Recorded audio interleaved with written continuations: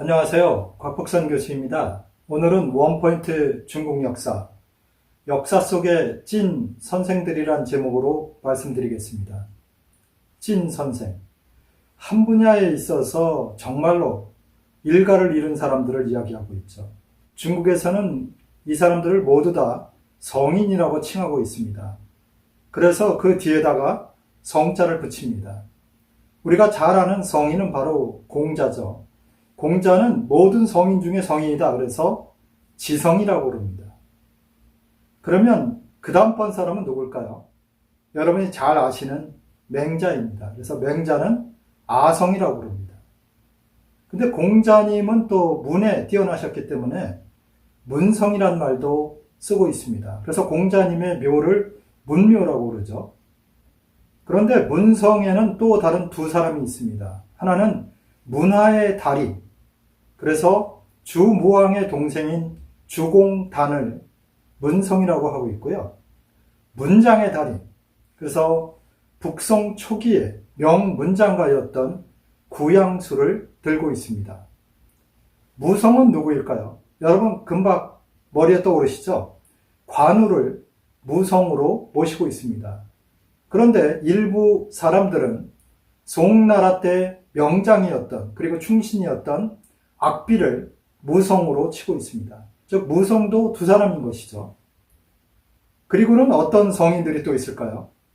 우리가 잘 아는 역사의 아버지, 그러면 누구죠? 사마천이죠. 그래서 역사의 아버지, 그래서 사성이라고 합니다. 희곡을 잘한다.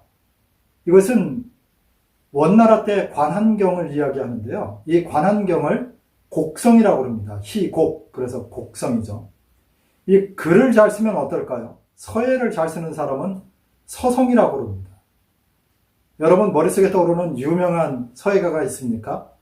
우리가 어렸을 때 천자문을 배울 때 그 천자문의 붓글씨체가 대부분 이 사람의 글씨체였습니다.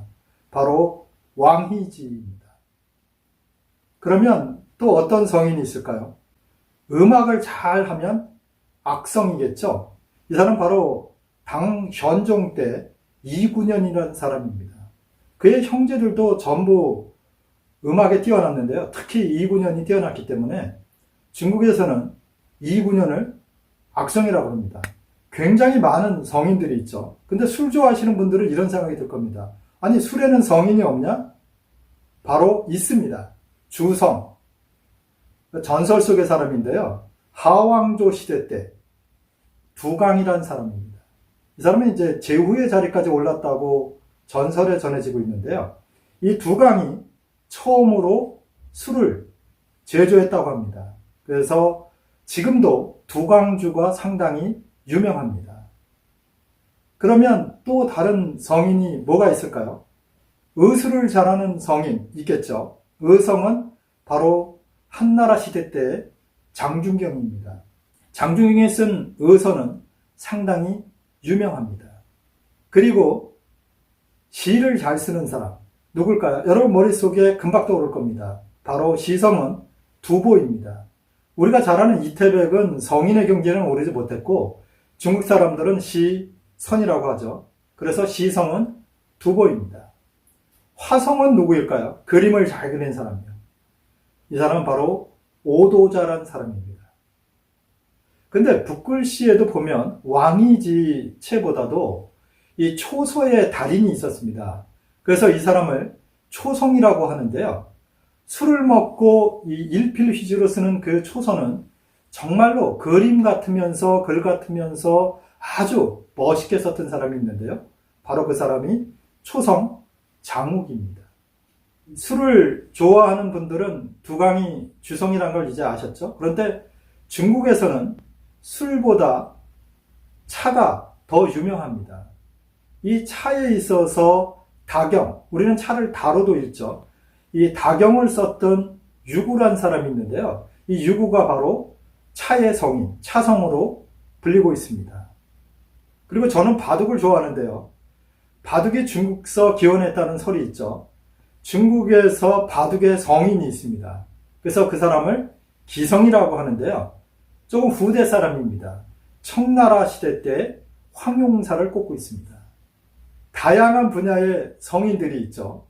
그런데 오늘 제가 말씀드리고 싶은 성인은 바로 상성, 법녀입니다. 상업의 성인. 이 법녀는 여러분이 잘 아시는 오나라 월나라 전쟁 중에 월나라 구천을 도와서 폐업을 이루게 했던 사람입니다. 그의 나이 44살 때 월나라가 오나라 왕 부차의 공격을 받고 지금 절강성 회계산에서 항복합니다. 그래서 왕이었던 구천과 함께 오나라에 끌려가서 3년 동안 노비 생활을 합니다. 그리고 풀려나서 돌아와서 오왕 부차에 대한 원수를 갚기 위해서 구천과 함께 그리고 그의 친구인 문종과 함께 국력을 키우는데 온 힘을 기울였습니다.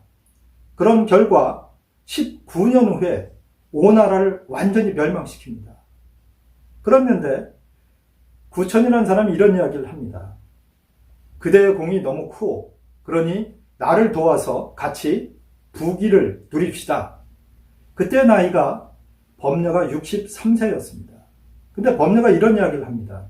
전하, 사실은 19년 전에 회계산에서 저는 죽었어야 마땅합니다.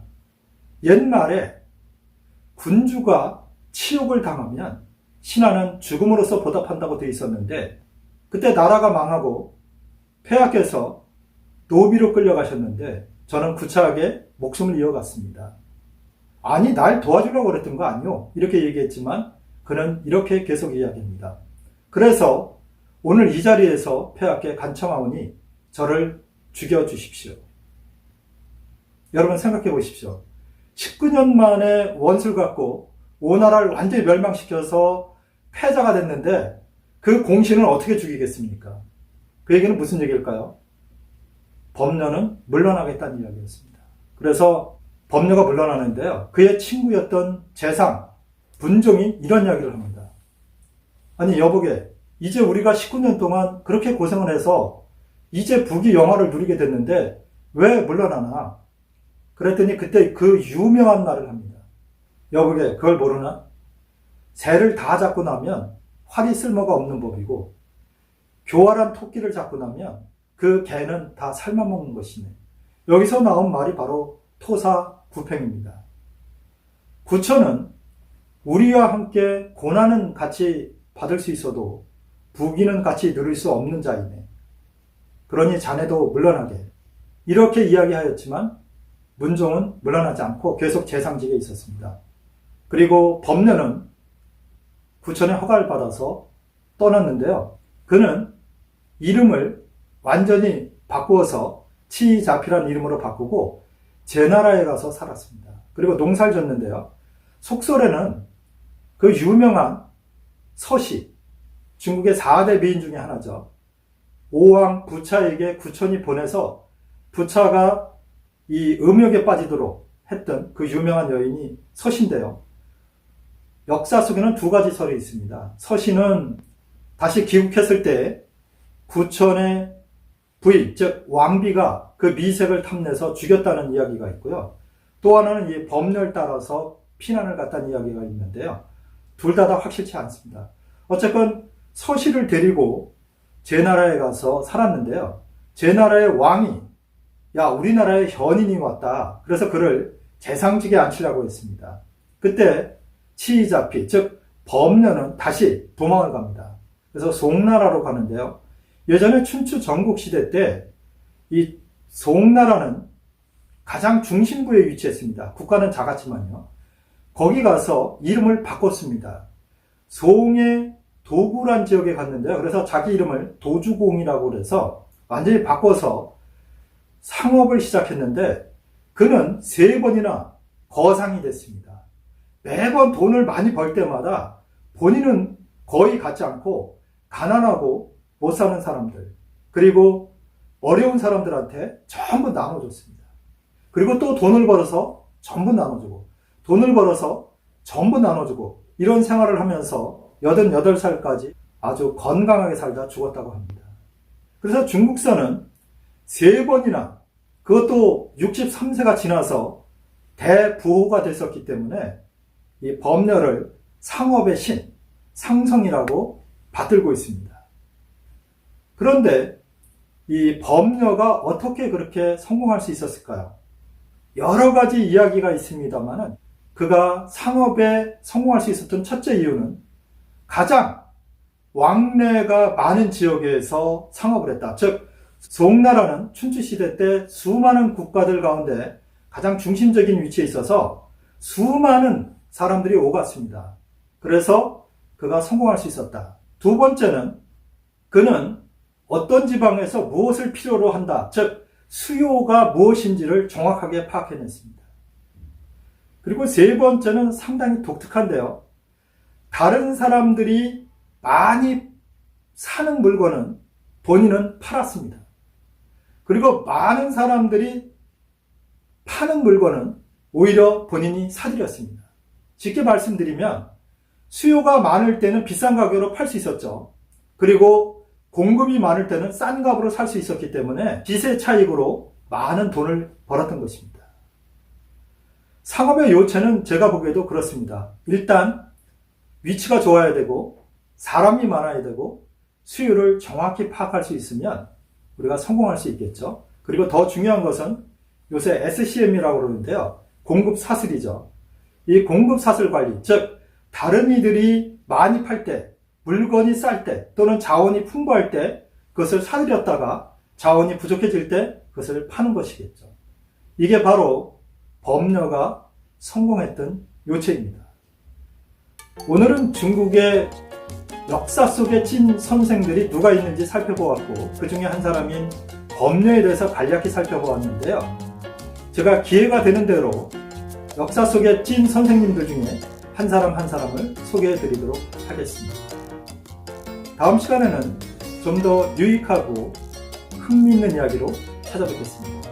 시청해 주셔서 감사합니다.